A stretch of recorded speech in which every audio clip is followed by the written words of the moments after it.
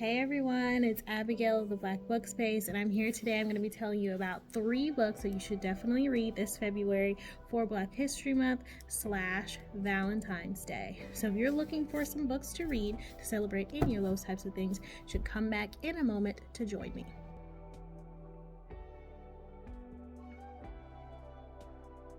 Okay, so I'm back. I've got my books. I'm ready to talk to you about them. I'm excited. So these are 3 books that really have made quite an impact on me this year. Actually, one of them is one that I read last year. That's the one that I'll be starting with.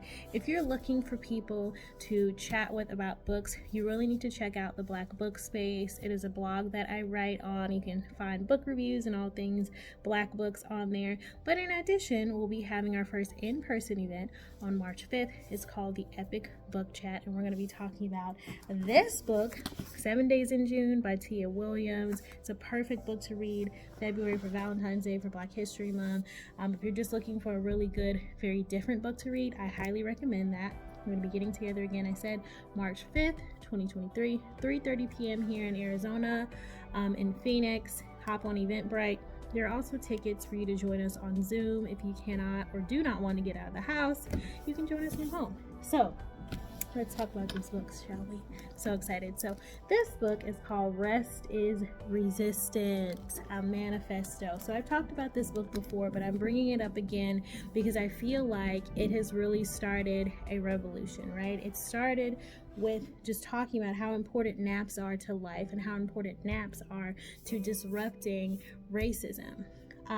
Tricia Hersey wrote this book, and she is the originator of the NAP ministry, and she talks about how important it is for you to take a moment every day on a regular basis, maybe several times a day, to rest, to take a nap, to get away from the daily grind, and not just to rest for, getting rest to get up and do more stuff, but to rest for the sake of resting.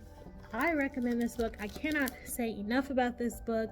It was a book that I talked about last month, but we're talking about it again now because it's Black History Month. And it is a time to rest. It's a time for you to take time for yourself, to sit back and think more. I find that when I am in a state of rest, when I have gotten enough rest, or I'm taking deep breaths and just simply slowing down, I think a lot better. Right? So, and that, it does help me in other areas of my life where I am trying to be more productive, but that's not the main idea for rest. So you have to read this book, you guys. I highly recommend it.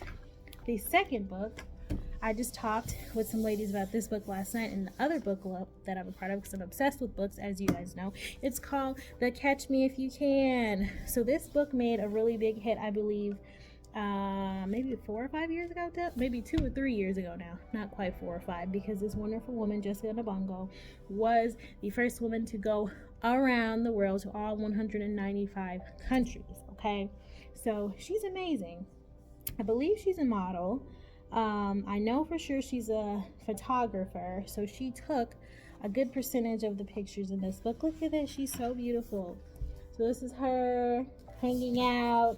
She went to all these different areas, and one of my favorite parts about this book, I'm just going to be honest, she talks a lot about food in this book, about the different types of food that you can find in these different areas, culture. One thing that stuck out to me, right, and we can talk about this on this channel, is that she talks about how dangerous it is to travel, but not just all over the world. She's not talking about traveling over the world and how dangerous that is. She's talking about the most dangerous places she's experienced is right here in the United States as a Black woman, okay?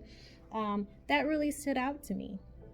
I personally have traveled to a lot of places. I've been to Spain, been to Mexico, Egypt many years ago, which is where I learned to belly dance, and where else have I been? Jamaica.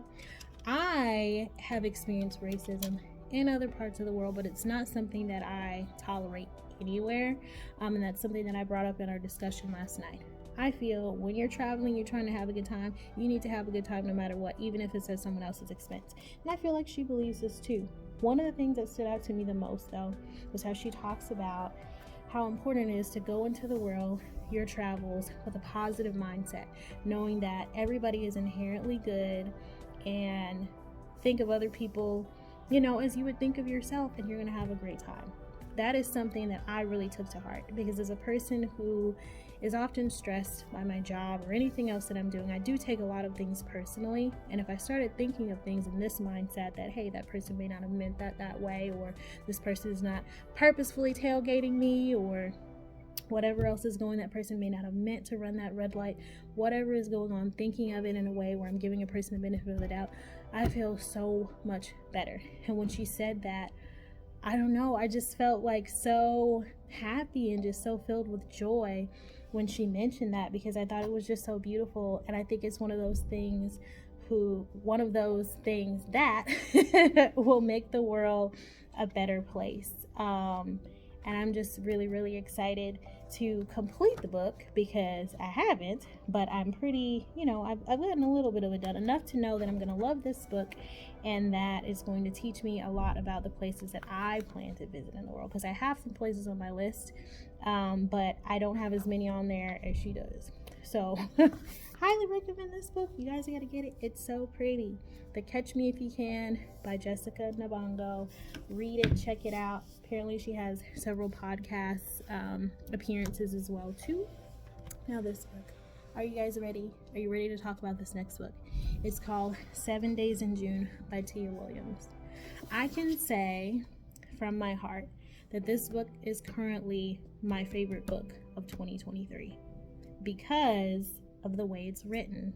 So first of all, I love sappy romance novels. I love, going back and getting the backstory of how these people met and all this type of thing. That is what this book does. But I love the way that Tia Williams writes. She's so sarcastic. She's very witty and just like a literary genius. Can I say that? I think I can say that, because I love the way that she paints a picture of each of these characters in the book. You can see them. I like how she brings in the aspect, guys, of trauma, and how trauma can impact so much of your life. It's intertwined in there. You don't get the help that you need, other things begin to happen.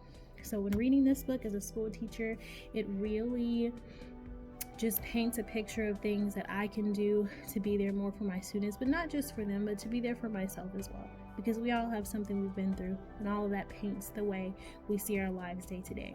I think this book is a great representation of the Black community, because we're all so different, and she brings in that difference in here. So the main character, whose name is Genevieve, so all my life I've been pronouncing this name Genevieve, apparently it's Genevieve. Her mom is Creole, and she talks about mental illness and how that went on to affect her daughter. It's insane. It's crazy. It's something that is not well represented by many authors who talk about this, because it's as if we don't, as Black people, we don't experience it. And yes, we do. So I feel like this author did a really good job of bringing up the hard things to talk about in a very beautiful and captivating way. I hope this synopsis does it justice. I have not finished the book yet, right? Because I'm taking my time going through, getting ready for the book chat next month. Very, very excited about it. But you guys, please pick up this book, check it out, and consider coming to the Epic Book Chat to talk to us about it. Talk to us about what you think. It has really great reviews, so I knew it was going to be good, but I'm not even halfway through right now, and I am pretty blown away. So again, just to recap, the 3 books that I highly recommend that you get for Black History Month is Rest is Resistance by Tricia Hersey, because it's all about resting, relaxing, taking a load off, and just doing better for yourself. And The Catch Me If You Can by Jessica Nabongo, because you need to be traveling more. You need to. Traveling, you cannot go wrong with it. You learn so many things about the world around you. And you realize one of the things she talks about in here is how so much propaganda has been out there about how we have to stay in the United States. It's such a wonderful place, blah, blah, blah. Not the case, right? So when you go around the world, you'll realize that. I feel like if you go one other place besides here, you'll realize that. So it's not a hard puzzle to solve. And then 7 Days in June by Tia Williams. Highly recommend that you read this book. Pick it up at your local library, local bookstore. Hop on my bookshop and grab it if you like, or on Amazon, wherever you get your books from. Borrow it from a friend. I don't care. But get the book, read the book, and come to the Epic Book Chat on March 5th, because you have no excuse. You don't have to come in person if you don't want to. You can join us online, and it would just be so wonderful because I really want to hear what you think about this book. It's gonna be great. Okay, so that's it. It's Abigail with the Black Book Space telling you to do something to bring you joy today. Bye.